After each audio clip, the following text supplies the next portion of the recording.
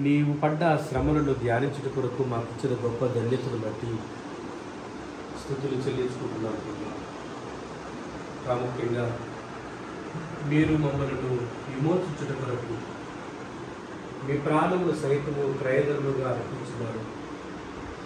సిలువలో మిమ్మల్ని మీరు మా కొరకు అర్పించుకున్నారు. గొప్ప త్యాగమును మేము స్మరించుకుంటున్నాము.